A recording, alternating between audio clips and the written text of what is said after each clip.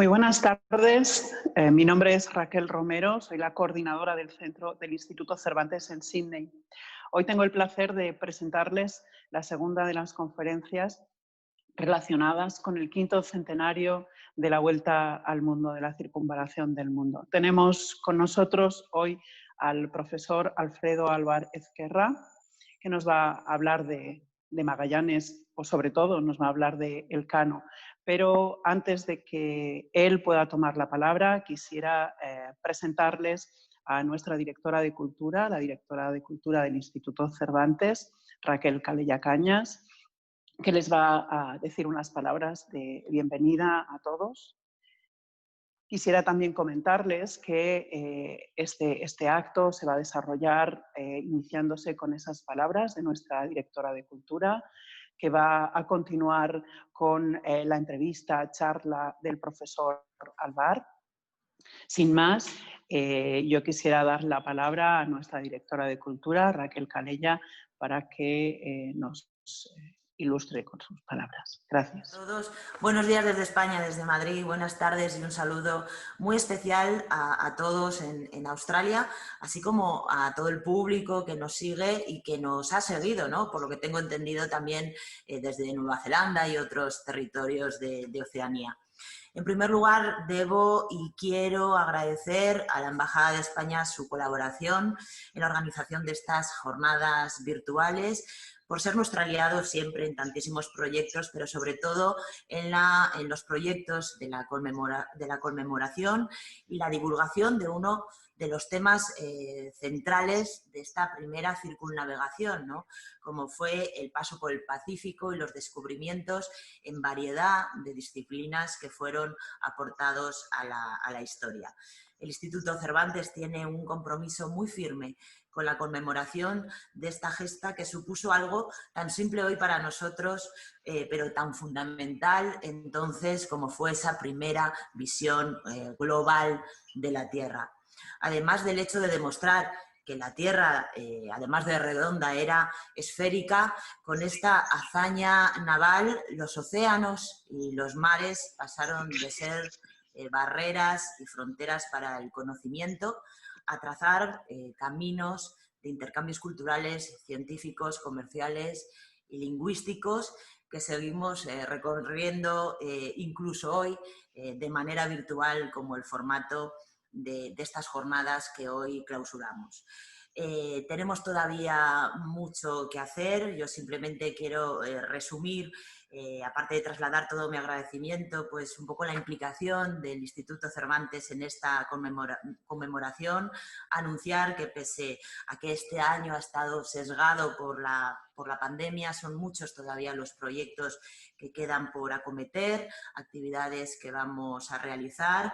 La acción cultural y académica del Instituto Cervantes para esta conmemoración la hemos enmarcado, y voy a ser muy breve porque estoy deseando escuchar a Alfredo, en 3 líneas de actuación: lo que llamamos lengua, lo que llamamos cultura y ciencia, que serían todas estas actividades multidisciplinares, y otra línea muy importante que llamamos planeta, y que tiene mucho que ver, evidentemente, con el Pacífico, porque es una revisión sostenible de la primera circunnavegación, y el año que viene, bueno, pues pondremos el acento en esa parte del mundo a partir de Filipinas. Tenemos un programa muy bonito en el que vamos a contar con oceanógrafos, con activistas medioambientales que llamamos Los Océanos 500 años después.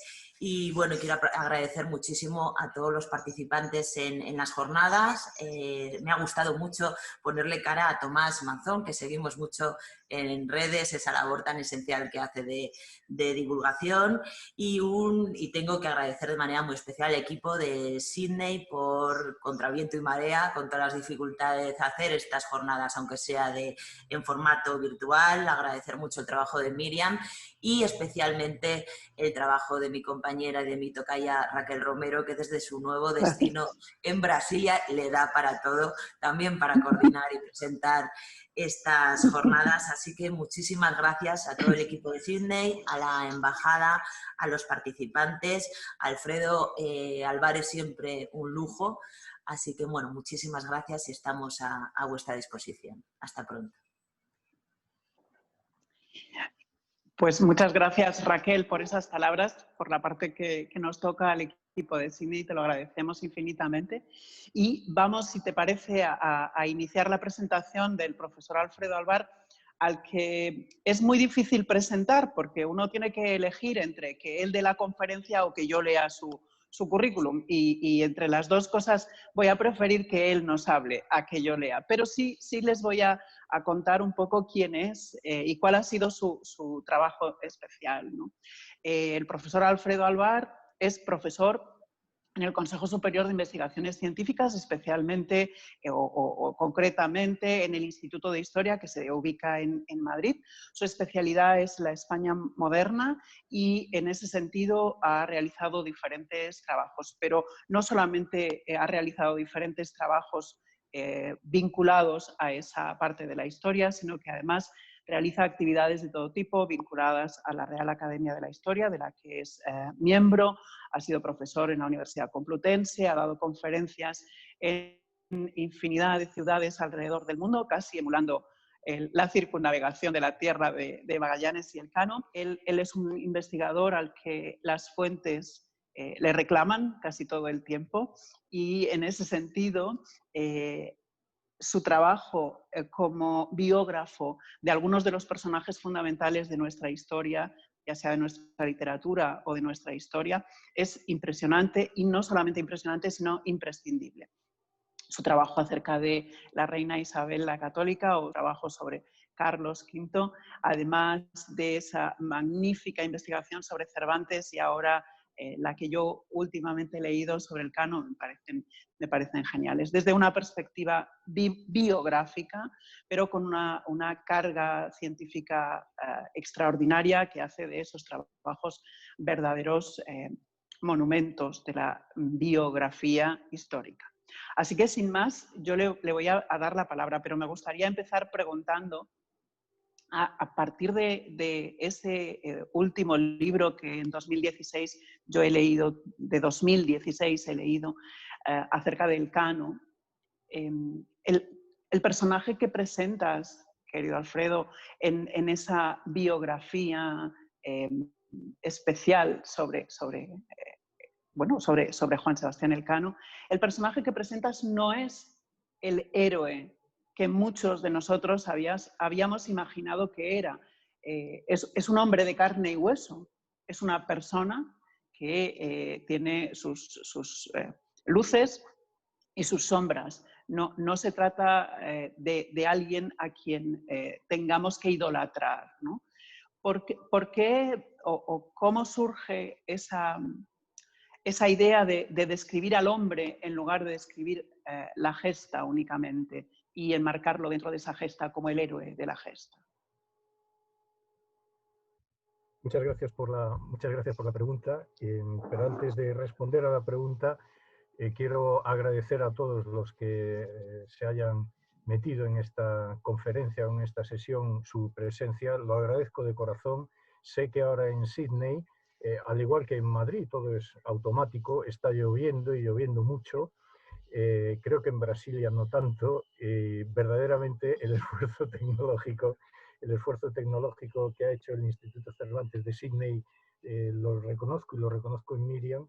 Y también quiero agradecer la presencia de don Juan Manuel Molina, el cónsul de España en Sydney, así como naturalmente estas dos presentaciones que se me han hecho por parte de Raquel Calella desde aquí, desde Madrid, al lado de casa, porque vivo, por desgracia no, con mucho gusto, en la calle Cervantes, ¿no? Entonces me da mucho gusto participar en cualquier actividad del Instituto Cervantes, y por supuesto la presentación de doña Raquel Romero, que parece mentira que esté en Brasilia, yo en Madrid, Calella en Madrid, yo también en Madrid, y los demás allí en Sydney. Esto es globalización y lo demás son historias, ¿no?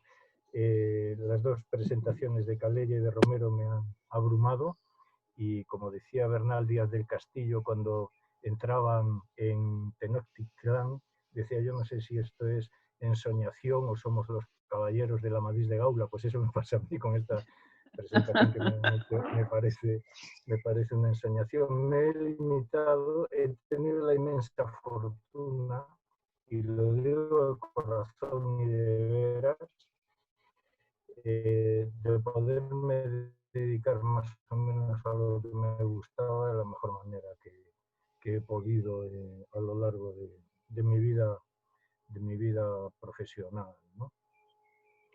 Y como historiador, por supuesto, qué remedio, es uno de los fundamentos epistémicos originales, ¿verdad?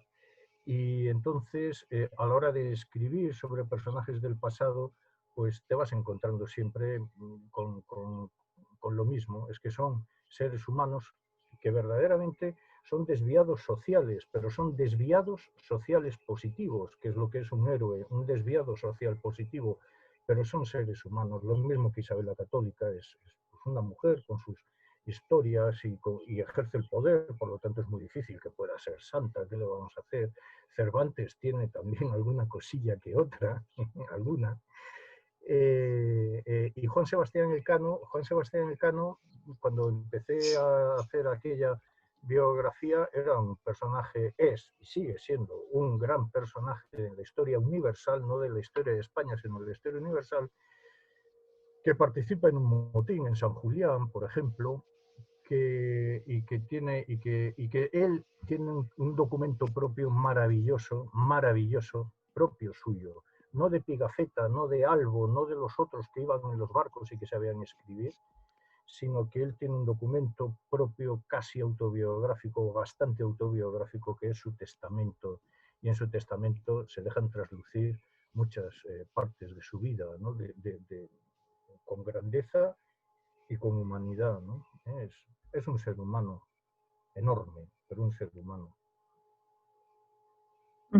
Así es, así se ve, ¿no? en esa biografía que tú nos cuentas. Quizá la parte menos conocida de esta epopeya del hombre, que es la vuelta al mundo, la primera circunnavegación del planeta, sea precisamente la intrahistoria de esos personajes. No tanto qué ocurrió, sino quiénes fueron sus protagonistas, qué fueron o cómo fueron. ¿Qué situaciones? ¿Nos puedes hablar un poco de esa intrahistoria? Sí, por supuesto, y además encantado. Esa intrahistoria podemos conocerla, se me ocurre decirlo así por el público, ¿verdad? Por fijar ideas, desde dos perspectivas. Por una parte, desde aquello que se cuenta y que se escribe con fuentes, digamos, literarios subjetivas, como podría ser el texto de Pigafetta, que es muy interesante porque es muy medievalizante. Es un texto que aún mantiene la tradición, ¿verdad? Aún mantiene la tradición de los bestiarios medievales. Y no se puede leer el texto de Pigafetta sin despojarlo, ¿verdad?, de estos contenidos medievalizantes, pues puede inducir a ciertos errores. Por una parte, como digo, existen unas fuentes literarias subjetivas que se escribieron a bordo, y en segundo lugar existen unas fuentes, podríamos llamarlas, administrativo-objetivas, que es todo el aluvión de documentación inmenso que se gestó alrededor de la preparación de la Armada, desde la preparación de la Armada hasta el finiquito de la Armada, cuando se desarbolan las naos en Sevilla, porque son del rey, y entonces aquellos se desmontan, las jarcias, la artillería, se desmonta todo en Sevilla, ¿verdad? Es decir, desde antes del 19, desde mucho antes del 19 hasta el año 23-24, ¿verdad? Existe, bueno, concretamente el dato es así, más de 300 documentos en los que se habla absolutamente de todo, desde quiénes son los que van a bordo o cuántas arrobas y libras de especias, y que son fundamentalmente de clavo, se desembarcaron en Sevilla, ¿no? De todo esto, bueno, son las dos grandes fuentes de información que son las que nos hablan de quiénes fueron aquellos personajes. Y entre aquellos personajes hubo de todo, porque no olvidemos el magma social, ¿verdad?, la ebullición social que está habiendo entonces, vamos a concentrarnos en la capital del mundo entonces, que es Sevilla, la capital del mundo, ¿verdad? Y esta ebullición social que hay de las noticias que vienen del otro lado del Atlántico, en fin, no hace falta ser muy avispado para ponerle 3 años antes, 2 años antes, la presencia de Núñez de Balboa descubriendo el Mar del Sur, por ejemplo. Es decir, todo esto está es que estaba cambiando el mundo, estaba produciéndose una transformación en la mentalidad de aquellas gentes similar, mutatis mutandis, y esto está muy manido, pero es la verdad, a la que se ha operado en nosotros con Internet. Buenos días Brasilia, buenos días Sydney al mismo tiempo, vamos, es que es de cajón, ¿no? Y entonces en medio de todo aquello se junta la necesidad de conocer la novedad que están aportando aquellas noticias tan dispares, tan extrañas, tan fascinantes en último término, desde las Indias.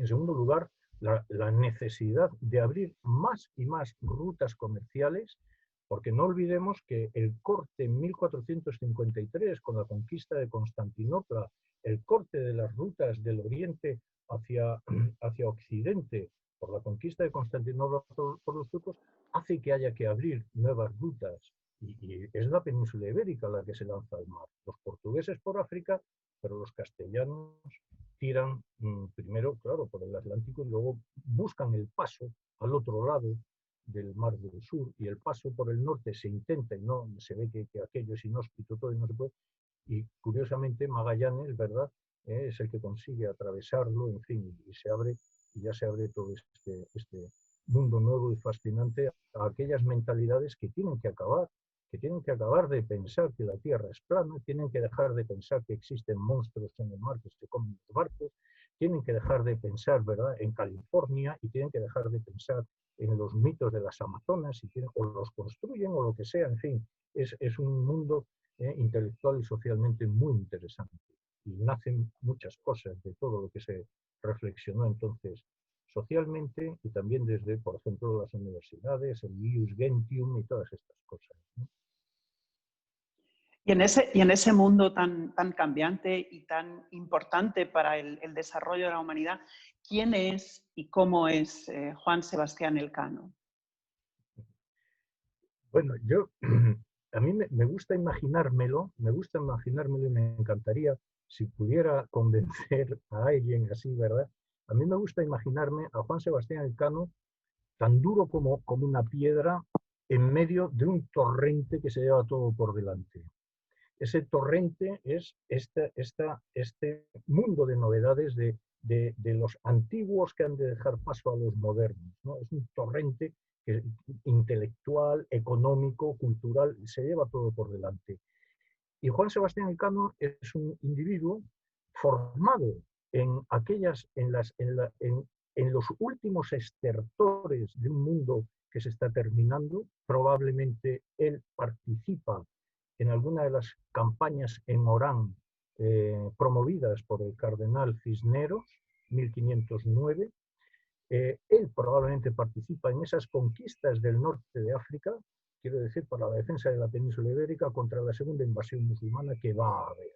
Bueno, él está en el Mediterráneo, que es el mar antiguo, es el mar que se está muriendo.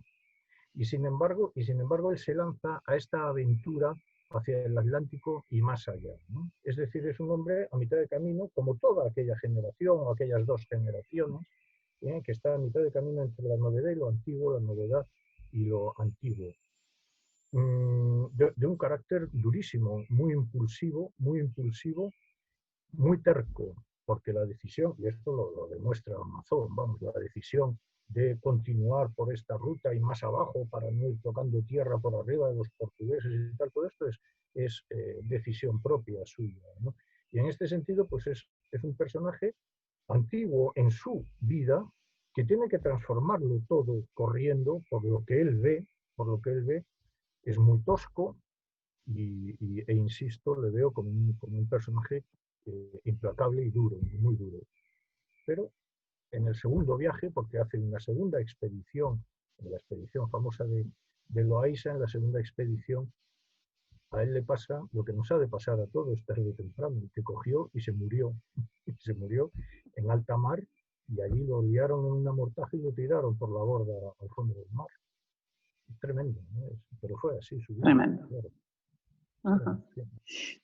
Tremendo. Dices que era un hombre duro, claro, no podía ser de otro modo, ¿no? La expedición primera dura 3 años, si no recuerdo mal, y 3 años terribles, ¿no? En los que salen casi 300 hombres, regresan 20 apenas. 18. 18.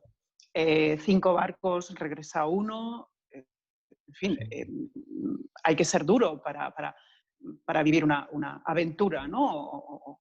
De ese calibre. Sí.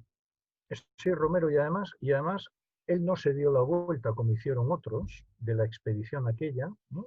Que hubo algunos que dijeron, esto es un sinsentido, y se dieron la vuelta y volvieron, ¿no? No, él continuó y continuó además, y esto es muy importante tenerlo presente, abriendo una nueva ruta, algo más al sur para, bueno, pues para esquivar, ¿verdad?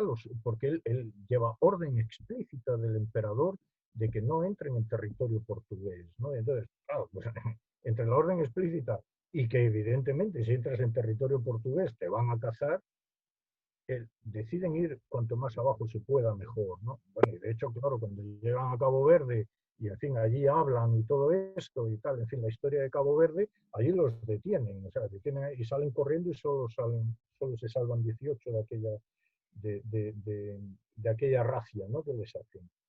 Entonces, él no se vuelve nunca atrás, no se vuelve y abre ruta nueva y sigue adelante, que es que para los navegantes ellos atravesaron, que no hay nada más que ver cómo es la reproducción que se ha hecho de la nao Victoria. La nao Victoria atraviesa el estrecho de Magallanes y pasa el Cabo de Buena Esperanza, ¿no? Que las corrientes son, bueno, en fin, me imagino yo que atravesarse el Pacífico en un cascarón de esos, pues debía ser, no sé, incómodo. Bastante. Probablemente mucho más de lo que Bastante. imaginamos, ¿no? Y luego además su sequedad, su dureza, se ve, por ejemplo, en sus propios escritos. Sus dos grandes escritos son la carta que escribe al emperador. Él sale con un rey de Castilla en 1519 y vuelve con un emperador del Sacro Imperio. Y él pues no tenía mucha costumbre de dirigirse a un emperador. A su rey de Castilla sí, puede ser, vamos, quiero decir, pero a un emperador, ¿no? Entonces, en la carta en la que se comunica es una carta para la historia de la humanidad, es una carta de enorme magnitud, superior, y no es nada de leyendas blancas ni nada. Esa carta es superior en cuanto al ser humano, a la humana conditio, es superior a aquellas famosas palabras de un gran paso, de un pequeño paso para el hombre, un gran paso para la humanidad. No, es que ellos sabían a dónde iban a llegar y a qué hora. Es que Juan Sebastián Elcano, cuando se embarca en Sevilla, Sanlúcar de Barrameda y lanza y empieza la navegación, no saben a dónde van ni cuándo van a volver, ¿no? Y entonces él vuelve y en vez de decir ha sido un pequeño paso para el hombre y un gran paso para la humanidad, coge y le dice a tu alta majestad, porque él tutea al emperador. Hombre, para eso era de Guetaria, ¿no? Y entonces le dice que en efecto, que le han dado la vuelta al mundo, que han demostrado la redondez de la Tierra, que la expresión es preciosa, la redondez de la Tierra. Además de haber descubierto que se quedaron todos perplejos, que llevaban un día de retraso en sus anotaciones, ¿no? Claro, es que no se sabía, claro, no se sabía. La Tierra era plana, llegabas al paso del sur y te caías al vacío, ¿no? No, es redonda y vamos, creo que ahora hay algunos descerebrados por ahí que te siguen hablando del planeta Tierra plano y tal, y no sé qué. Bueno, la Tierra creo que... Así es, así es. ¿Y del individuo? Nace... El hombre. Sí, sí. Bueno, pues como digo, las circunstancias, la vida, lo que sea, todo, le hacen ser duro. La mayor parte de lo que se conoce sobre él lo podemos deducir en buena medida, bueno, la mayor parte de lo que se conoce sobre él hasta 1519, 20, 21 y 22, los años de la circunnavegación, la mayor parte de lo que se sabe de él se sabe por su testamento. Por su testamento. Y a mí me gusta explicar siempre que mientras que hoy en día un testamento puede responder a unas pautas administrativas regladas, sin más, entonces no, entonces en los testamentos en verdad que lavaban la conciencia y sobre todo además extrañamente mentían. Porque hay que ser tonto para mentir cuando estás haciendo un testamento y crees en el más allá, en el juicio final, ¿no? Y entonces su testamento está cargado por una parte de declaraciones personales y gracias a este testamento sabemos de la existencia de una niña, de una hija natural que tiene, de la cual no ha vuelto a saber nada, que la busquen, que tal, que no sé qué, es muy, digamos que es muy desgarrador la frialdad con la que él trata a aquella hija que no sabe si existe o si no existe, ni la madre tampoco de aquella hija, con la madre se acostó en Valladolid en 1522 al volver de la expedición en medio de los Holgorios, ¿no? El testamento responde también a un testamento marcadamente de un individuo nacido en el norte de España, ¿verdad? No aparecen las mujeres por ningún sitio y la única mujer que aparece es la madre como administradora de los bienes en el caso de que su hermano, etcétera, etcétera, hubieran muerto todos y el hijo y otro hijo varón que él tiene, en el caso de que estos hubieran muerto, ¿no? Y luego también en el testamento tiene otra característica, se ve perfectamente ahora mismo en la pantalla, en lo que yo veo a la derecha, eso, como ven, es una relación de algo, pues son los bienes que él llevaba a bordo. Claro, en un testamento no se suele declarar los bienes que uno tiene, eso se deja para otro tipo de documentación, pero un marino que está agonizando en un barco hace la declaración de los bienes que él tiene para que no se los roben a él o a sus herederos, ¿no? Entonces es un testamento inventario. A mi modo de ver es un testamento inventario y empieza, pues como empiezan todos los testamentos, arriba se podría ver cómo empieza con la profesión de fe. No sé si se puede ampliar o no se puede ampliar, pero aquí no sé si se ve el cursor que yo estoy moviendo o no. Ah, bueno, perfecto, perfecto. In Dei nomine amen, sepan cuántos esta carta de testamento vieren, como yo, el capitán Juan Sebastián del Cano, vecino de la villa de Guetaria, estando enfermo de mi persona y sano de mi entendimiento y juicio natural, pum, pum, pum, y empieza a hacer el testamento. Y naturalmente, bueno, lo primero es declarar que uno está bien de la cabeza, porque si no el testamento no tiene validez. Y en segundo lugar, como se declara como buen cristiano, más abajo podría salir esta frase, por ende yo, creyendo firmemente todo lo que la Santa Madre Iglesia cree, fiel y verdaderamente ordeno y hago mi testamento y por primera voluntad en la forma siguiente. Y así empiezan este sinfín de páginas del testamento que está publicado, que se puede leer tranquilamente si se quiere, en donde aparecen sus dos hijos, aparece esta María de Herralde, aparece cómo él quiere que a una ermita en Alicante se le den unos ducados porque tiene mucha veneración a la Virgen de la Ermita.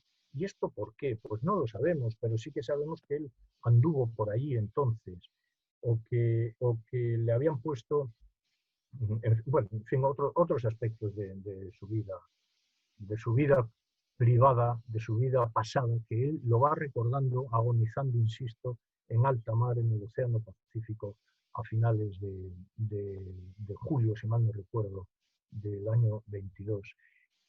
Y he pedido, por favor, que reprodujeran, según miro yo la pantalla de mi ordenador a mano izquierda, arriba a la izquierda, ven, bueno, a mí me parece, podría decir que es emocionante, ¿verdad?, la firma en su propio testamento de Juan Sebastián del Cano. aún con ser un marinero tosco y todo lo que queramos, no era analfabeto del todo, sabía escribir y firmar, lo cual es digno de tenerse en consideración. Para eso era piloto, claro, tenía que saber leer, ¿no?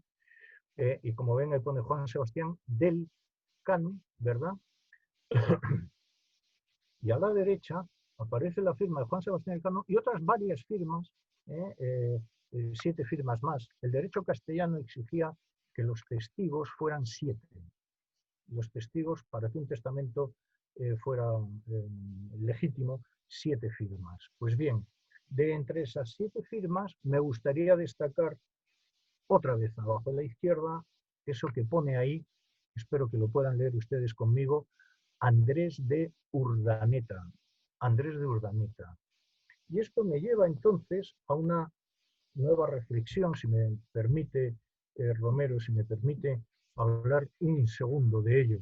Andrés de Urdaneta entonces es un mozo que debe tener 18 años, 16 o 18 años, es un chaval muy joven.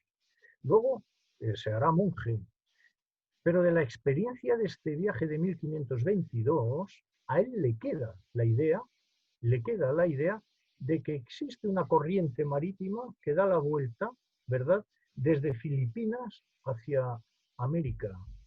Bueno, en efecto, y un poco más al sur, en efecto, es la del Hiroshibo, o Tirosibo, fonéticamente depende, ¿no?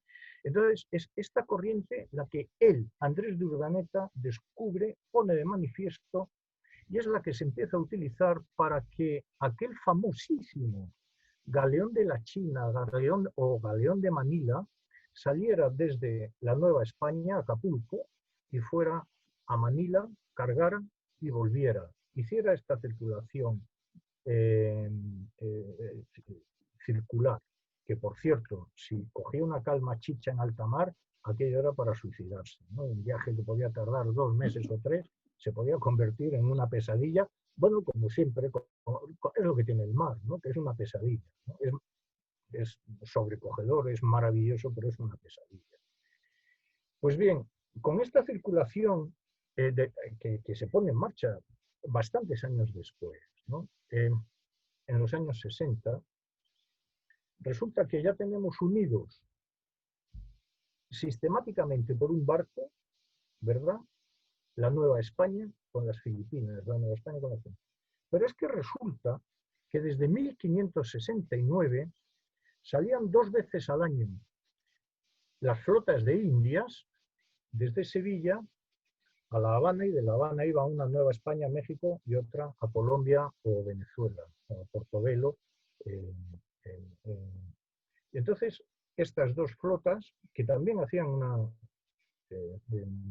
navegación circular, salían antes del verano, inmediatamente después del verano, para que no les cogieran las tormentas en alta mar, etcétera, etcétera, etcétera. Es el sistema de flotas y galeones que, insisto, es circular en el tiempo y también en la corriente del Golfo, que es los vientos alisios, que son los que los llevan, hacen que, si a este primer círculo, península ibérica, Caribe, le sumamos este segundo círculo o esta segunda navegación circular desde la Nueva España a la costa pacífica de la Nueva España a Filipinas, tenemos ya, sin duda alguna, la primera globalización mercantil y comercial del planeta.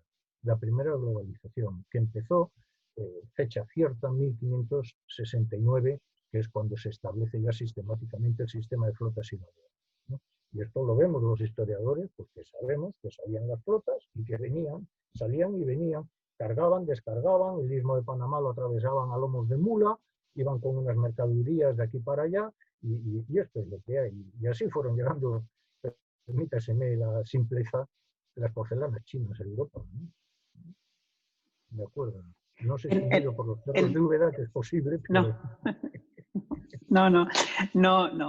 Creo que podría enlazar perfectamente con lo que quería ahora preguntarle, profesor, y es que en esos diferentes viajes en los que se ve perfectamente cómo se enlazan los unos con los otros, no solamente por las personas, sino también por las rutas, ¿no?, y por las consecuencias de una que dan lugar a otra. Todos esos viajes quedan bueno, en el archivo para estudio posterior se conocen en la época.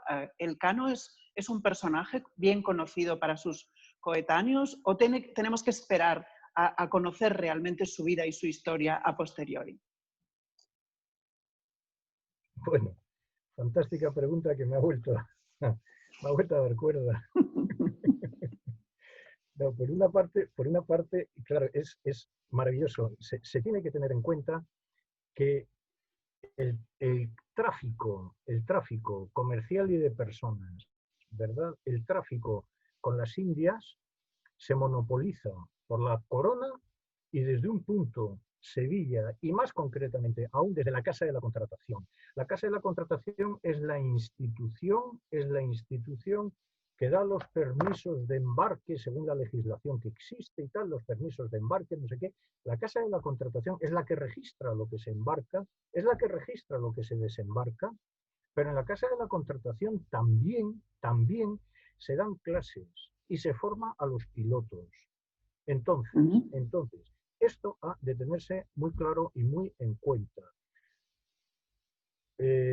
Portugal, por supuesto que también, pero desde la Casa de la Contratación se forma una escuela náutica, no solo oral, sino también impresa.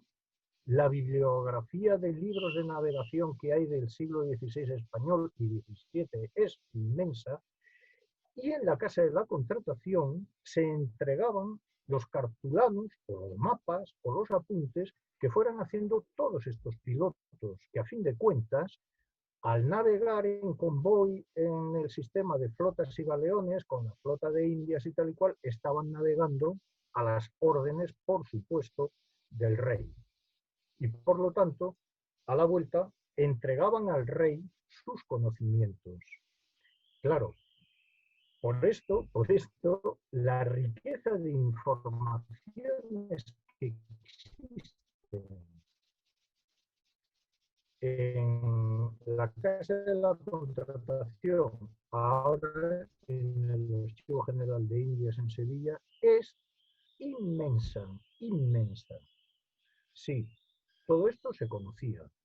Probablemente en el caso español lo es con respecto a las novedades. España, su diario del viaje de Elcano, o que América se llame América en vez de Colombia, por Américo Vespuccio, que va en uno de los viajes de Colón, etcétera, etcétera, y se difunde el nombre del nuevo continente, la Terra Nobis, a nombre de Américo Vespuccio. Hombre, será menos celoso en la guardia de estas informaciones que en el caso portugués.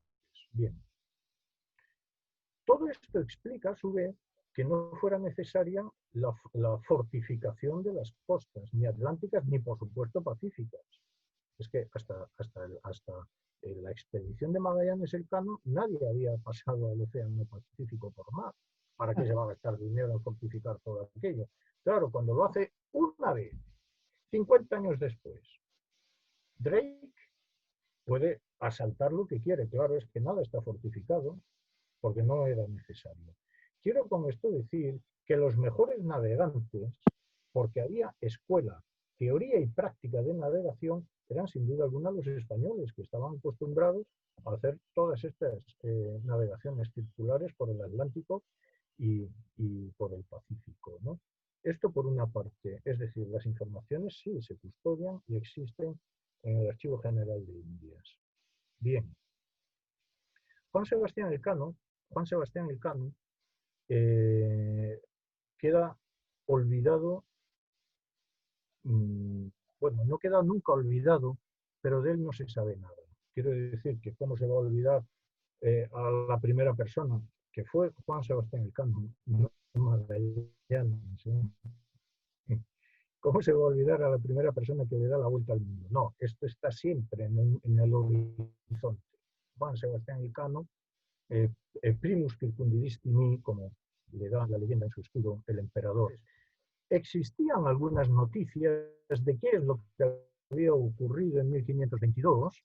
Desde que llega Juan Sebastián Elcano a Sevilla, escribe una carta al emperador y el emperador le manda a llamar para tener una entrevista con él, etcétera, etcétera. Y es Gonzalo, precisamente un cronista de Indias, excelente en sus textos, Gonzalo Fernández de Oviedo, quien cuenta todo esto y dice, yo estuve con él y yo vi y yo hablé con él y tal, Gonzalo Fernández de Oviedo. Y se termina todo ahí, se termina prácticamente todo ahí, prácticamente todo ahí. Bueno, el texto de Pigafetta se edita en Italia, tal, pero prácticamente esto es todo lo que se sabe. Y no es sino hasta finales del siglo XVIII, cuando algunos sienten la necesidad / curiosidad de saber quiénes son los héroes nacionales. Algunos. ¿Por qué? Pues porque, en fin, ha tenido lugar el origen de la leyenda blanca en contestación a aquella pregunta en la enciclopedia de Diderot que hace Masson de Morvilliers, ¿qué es lo que le debe la cultura occidental a España? Nada. Entonces aquí en España, ¿cómo que nada? Y surgen el nombre de siglo de oro, y surgen y entonces se ponen a buscar las glorias nacionales. Y curiosamente, se empiezan a descubrir en paralelo documentos sobre precisamente Cervantes y precisamente Juan Sebastián Elcano, ¿no? A la vez. Y curiosamente, a la vez, o con 10, 15, 5, con pocas diferencias, quiero decir, en el mismo ambiente intelectual y cultural, se empiezan a publicar todos estos documentos del uno y del otro. Y se dan circunstancias curiosas, como que, por ejemplo, la primera biografía que se hace de Cervantes, que es de un gran ilustrado valenciano, Mayans y Ciscar, la primera gran biografía de Cervantes se publica sin documentos de Cervantes, considerando que todos los textos de Cervantes son autobiográficos. Y entonces se puede rehacer la vida de Cervantes solo con sus propios textos subjetivos, ¿verdad? Bien. Al poco se descubre la partida de bautismo de Cervantes. Y a raíz del descubrimiento de la partida de bautismo de Cervantes se puede empezar a buscar otros documentos que iluminen la biografía documental de Cervantes. Y se va descubriendo que Cervantes es un personaje distinto al Cervantes autobiografiado en sus obras o biografiado por Mayans y Ciscar. En un proceso cultural a mí me parece interesantísimo. Bien, pues casi en las mismas fechas que se escribe la vida de Cervantes por Mayans, hay otro ilustrado, Casimiro Gómez Ortega, que es un gran botánico, en fin, es un personaje de primera que escribe una biografía de Magallanes. Y le dicen, hombre, pero ¿cómo haces esto y tal? Deberías ponerla del Cano. Y entonces hace una biografía breve del Cano sobre los textos impresos que se conocían. Esto insatisface. Se empiezan a buscar documentos sobre el Cano y se empiezan a publicar desde finales del siglo XVIII, principios del XIX, documentos sobre Juan Sebastián Elcano. La misma persona que hace la primera biografía documentada, Fernández de Navarrete, sobre Cervantes, Fernández de Navarrete en 1819, escribe la primera biografía sobre Juan Sebastián Elcano. ¿De acuerdo? Curioso. Es el mismo ambiente, está buscando documentos también, y es el mismo ambiente de todo esto, ¿no? Bien, me parece. Y todo el ambiente este continúa y continúa y continúa en paralelo, y a quien no se le oculta, ¿verdad?, que aún hoy en día siguen apareciendo algunos documentos dispersos de Cervantes y aún hoy en día siguen apareciendo o reapareciendo documentos que estaban perdidos, sobre la carta, como la carta y otros documentos que estaban perdidos del Cano y se han redescubierto, estoy hablando hace 4 o 5 años, en un proceso que viene en paralelo desde finales del siglo XVIII hasta nuestros días. Y si cotejamos fechas, muy en paralelo, porque desde finales del XVIII se necesita buscar y encontrar a las glorias nacionales. a mí me gustaría ya una curiosidad, ¿no? Decía el profesor que a partir de finales del siglo XVIII, principios del siglo XIX, es cuando se inician las biografías documentadas de estos personajes importantes dentro de la historia de nuestro país, la historia de España, ¿no? Estas biografías documentadas que se van construyendo, que no llegan al público en general, que llegan solamente a un público más o menos ilustrado, se hacen populares, se popularizan de algún modo o no, o simplemente permanecen en el ámbito de ese público específico e interesado. ¿Se refiere a las primeras biografías de entonces o de ahora? No, a las de entonces, a las de A las de entonces. entonces. No, entonces son biografías para el público ilustrado. Ahora bien, también me gustaría señalar lo siguiente. Fíjense, bueno, el siglo XIX lo conocemos como el siglo de los historiadores. A partir de mediados del siglo XIX se empieza a publicar lo que se conoce como la colección de documentos inéditos para la historia de España. Codoin, ciento y pico volúmenes. 1844 aparece el primer volumen, si mal no recuerdo ahora mismo. El primer volumen del Codoin está dedicado la mitad a documentos sobre Juan Sebastián Elcano.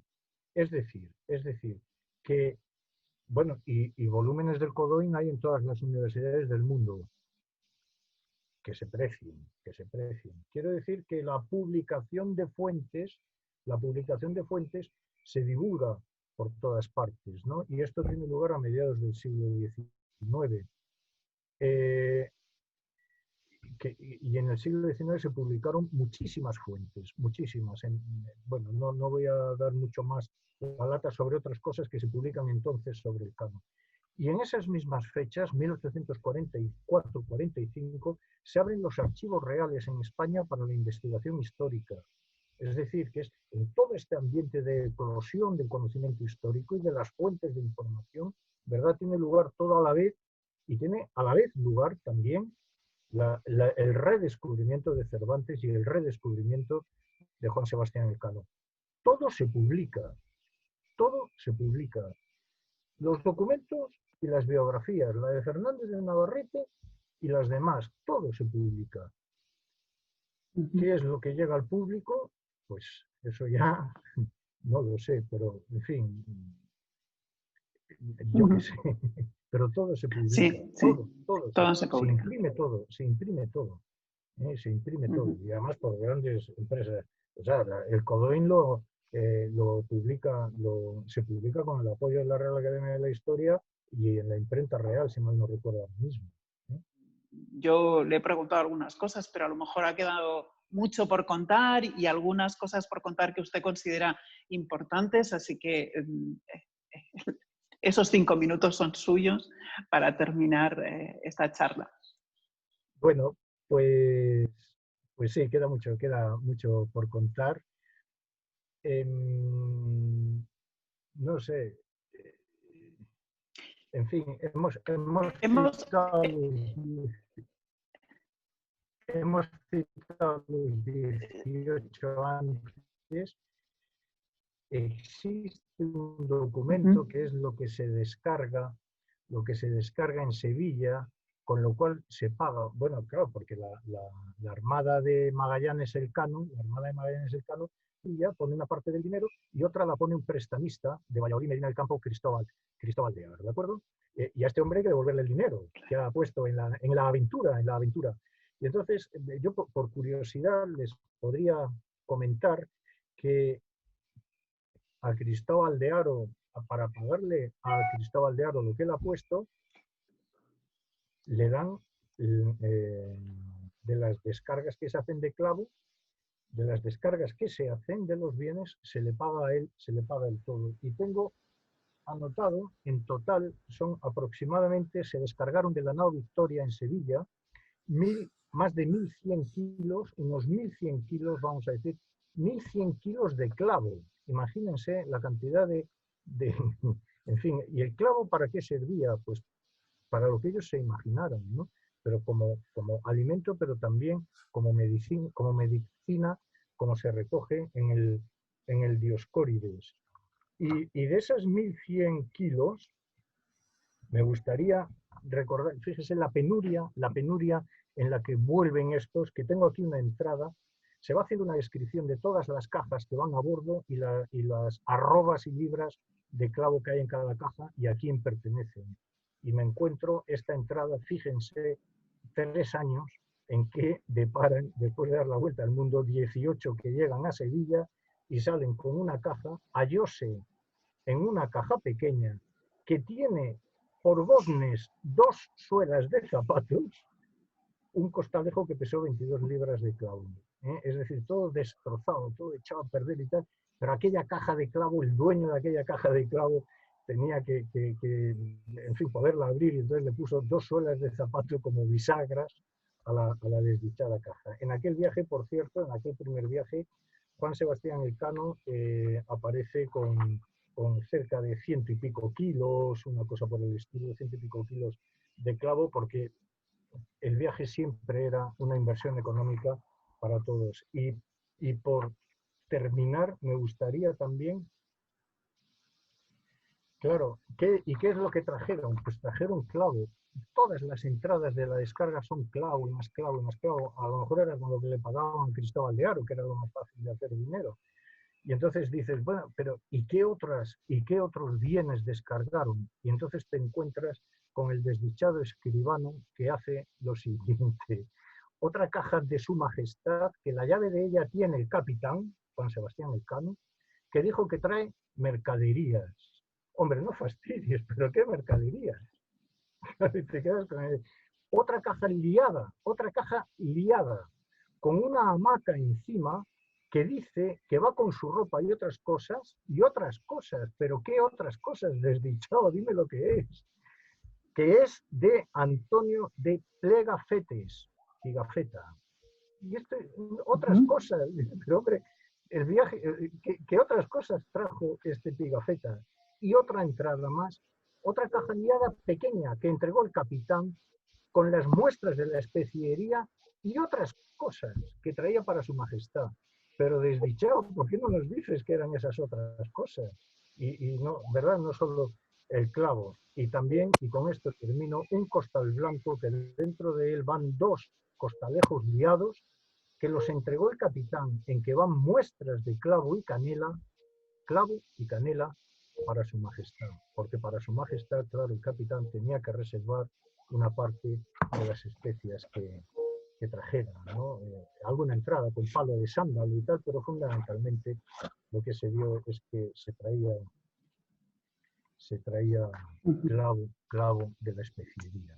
En fin, el tema es maravilloso y apasionante y todo está publicado en libros que deben estar, bueno, que están todos, los libros están en internet ya, Sí, afortunadamente. están, afortunadamente. Y no solamente los libros, muchas gracias, profesor, no solamente los libros, sino también estas jornadas que nosotros hemos publicado y vamos a complementar con su charla de hoy, están publicadas, decía, en nuestros canales de YouTube y se pueden encontrar o se puede llegar a ellas a través de nuestra página web, que es www.sydney.cervantes.es, y ahí se puede ver tanto el documental que la UNED realizó acerca de este viaje, como la conferencia del pasado día del profesor Manzón y también en breve la de hoy. Por mi parte, solo me queda agradecerle, profesor, agradecerte, Alfredo, la presencia hoy, esta interesantísima charla que podríamos haber continuado durante horas, creo yo, sobre todo por tu conocimiento y por tu facilidad a la hora de ir contándonos cada uno de los hitos en los que hemos intentado ir cayendo. Muchas gracias, insisto. Nada más por mi parte, le paso la palabra a nuestra directora de Cultura, Raquel Calella, para que cierre esta actividad. Muchas gracias, Raquel. Alfredo, bueno, ya avisábamos que es siempre un lujo escucharte. Yo simplemente, bueno, pues después de estos actos y sobre todo con este tema de la circunnavegación, pues se nos quedan tantos caminos, tantas cosas por hacer todavía. Aludíais a los libros y quería anunciar que hay uno de los proyectos que empezamos hace mucho tiempo, antes de constituir la Comisión Nacional, desde aquel primer congreso en Valladolid, el Primus Circumdidistime, que fue maravilloso, además, que animo porque sus actas están ya publicadas.